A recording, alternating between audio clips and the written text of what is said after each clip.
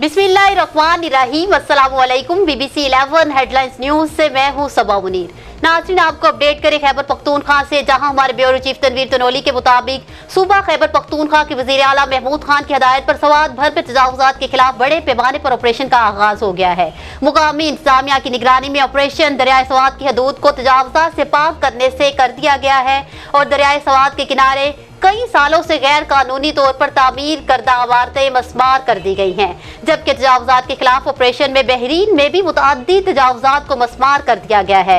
जबकि तहसील बाबूज़ई में ऑपरेशन के दूसरे मरहले में फिजाघट बाईपास और दरियाए सवात के किनारे गैर कानूनी तौर पर तामीर शुदा बड़ी बड़ी इमारतों को भी मस्मार कर दिया गया है।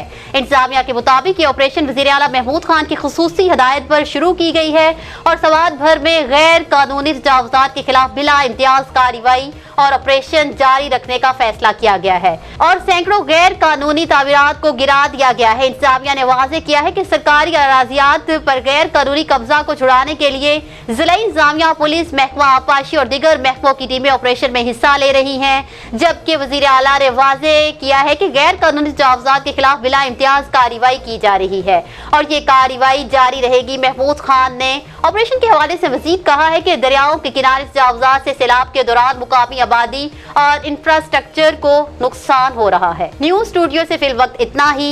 मज़ीद तफसीलात और अपडेट्स के लिए देखते रहिए BBC 11 हेडलाइंस न्यूज़।